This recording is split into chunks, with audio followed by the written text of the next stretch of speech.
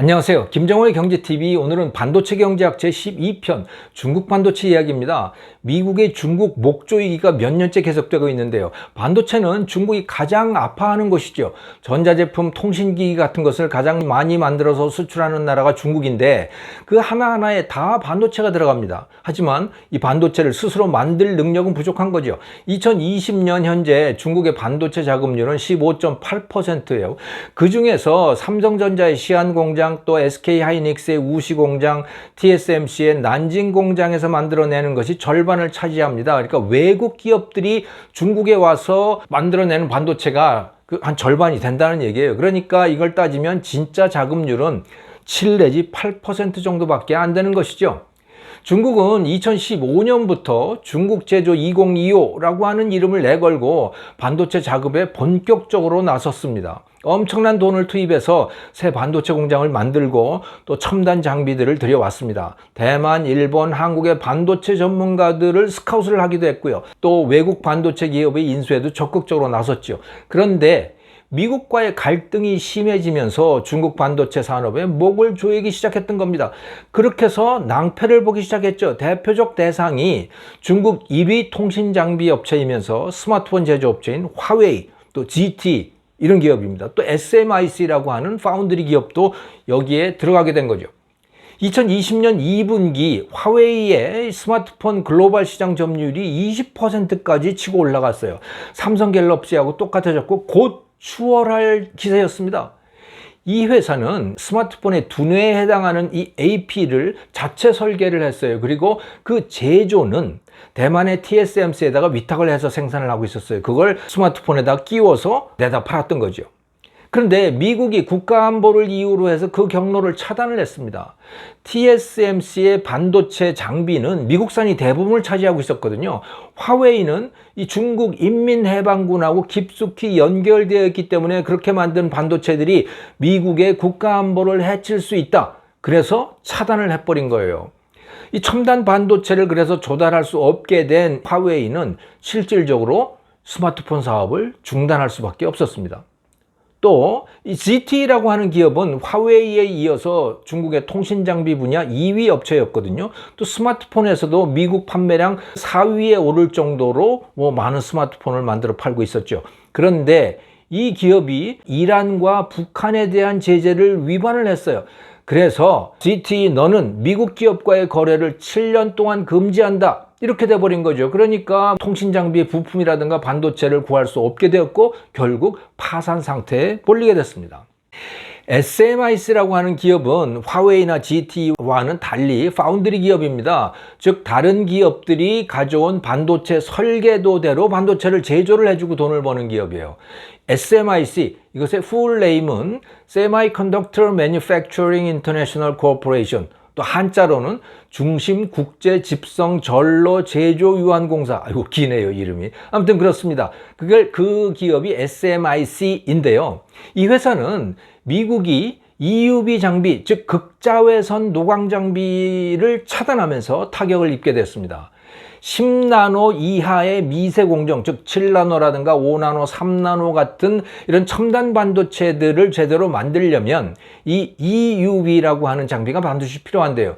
미국이 그것을 만들어 파는 EUV 장비를 만들어 파는 네덜란드의 ASML에게 중국한테는 수출하지 말라 이렇게 제동을 건 겁니다.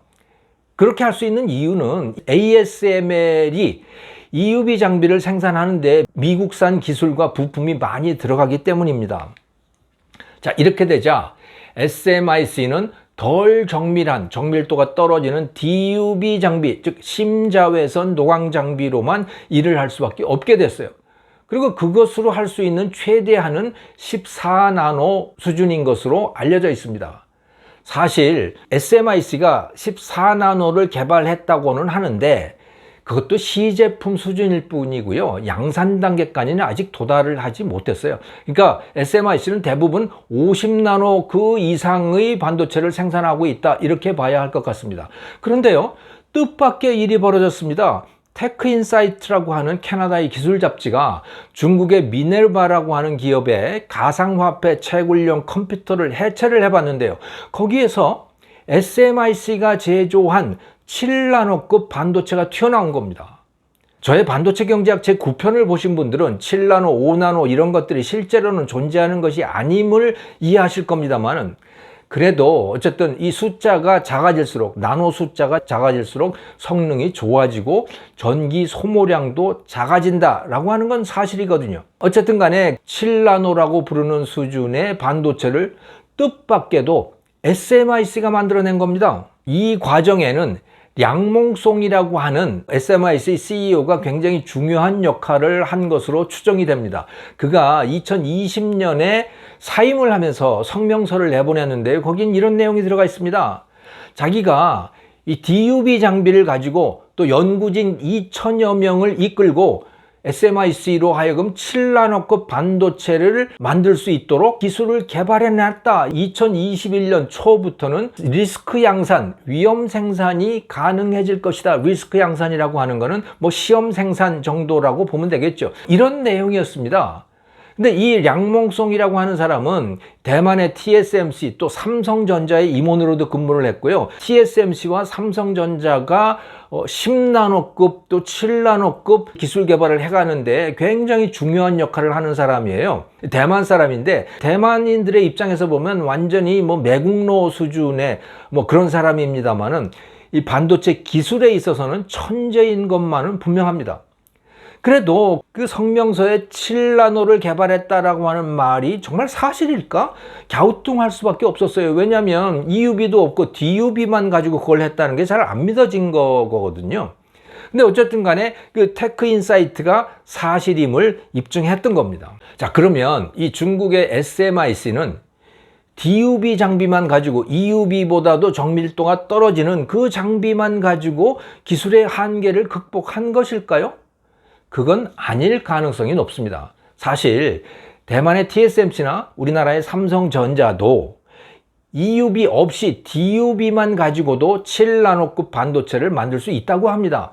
멀티 패터닝이라고 하는 방법을 통해서인데요. 저도 뭐 자세한 내용을 알 수는 없지만 쉽게 얘기하면 이런 것 같아요. 여러 번 깎아내는 공법이다. 이렇게 이해하면 될 것 같습니다. DUV로 28나노, 14나노급을 만들던 당시의 TSMC 또 삼성전자, 이 기업들도 바로 이 멀티 패터닝이라고 하는 이 방법으로 조금씩 정밀도를 높여왔다고 이해하면 될 것 같습니다. 자, 그런데 EUV 장비를 쓰면 정밀도가 높아지는 동시에 DUV 가지고는 여러 번 해야 하는 공정을 EUV로는 한 번에 끝낼 수가 있다고 해요. 그러니까 정밀도를 높이면서 비용도 줄일 수 있는 거죠. EUV 장비의 가격은 2020년도의 경우에 한 2천억 정도가 된다고 해요. 장비 한 대가 정말 엄청나게 비싼 장비입니다. DUV 장비에 비해서 2.5배에서 8배 정도까지 값이 비싼 장비입니다. 그럼에도 불구하고 이 기계를 서로 사지 못해서 안달을 부리는 이유는 바로 이런 이점들이 있기 때문인 거죠. 정밀도를 높이면서 비용은 줄일 수 있기 때문인 겁니다. 생산 원가를 말이죠. 이렇게 보면 SMIC가 만들었다는 7나노 반도체의 의미를 유추해 볼 수 있습니다. TSMC와 삼성이 EUV라고 하는 예리한 칼로 단번에 회로를 깎아냈다. 이렇게 비유를 한다면 중국의 SMIC는 DUV라고 하는 무딘 칼을 써서 여러 번 그 칼을 써서 비슷한 제품을 만들었다. 이렇게 이해하면 될 것 같아요. 칼이 무딘 만큼 시간은 오래 걸리고 노력과 소재, 원가 이런 것들은 많이 투입되었을 겁니다. 뭐 그만큼 원가가 높아졌다는 말인 거죠. 한마디로 말해서 7나노라고는 해도 시장 경쟁력이 없는 제품일 가능성이 매우 높다는 겁니다. SMIC의 2021년도 4사분기 재무보고서를 살펴봤더니요. 전체 판매액 중에서 28나노 제품이 19%, 40나노 초과 제품이 81%를 차지했습니다.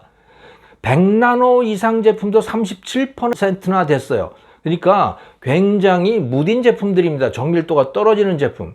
14나노라든가 7나노 같은 이런 28나노 미만의 미세 공정 제품은 아예 이 재무보고서에 올라와 있지도 않아요. 매출이 거의 없다고 보면 되는 것이죠. 경제성에 신경을 쓰지 않는다면 그런 반도체도 괜찮을 수 있습니다. 예를 들어서 뭐 10,000원을 투입해서 5,000원짜리 제품을 만들어낸다. 그래도 괜찮다. 뭐 그렇다면 그렇게 하면 돼요. 모택동 시절에 중국은 그렇게 했죠. 반도체 경제학 제2편에서 중국 반도체 이야기를 들려드린 적이 있는데요. 당시에 이 중국은 뭐 반도체 그까짓 거는 길 가는 노파도 만들 수 있다, 이렇게 이야기를 하면서 전국에다가 공장을 짓기 시작을 했습니다. 하지만 모두 돈 낭비였지요.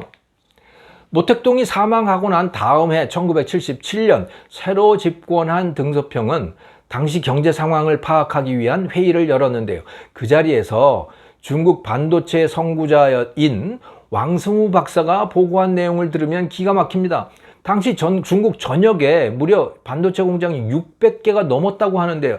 그들 전체가 생산하는 반도체 총량이 일본 반도체 대기업 공장 한 개가 한 달 생산하는 생산량에도 미치지 못했다고 합니다.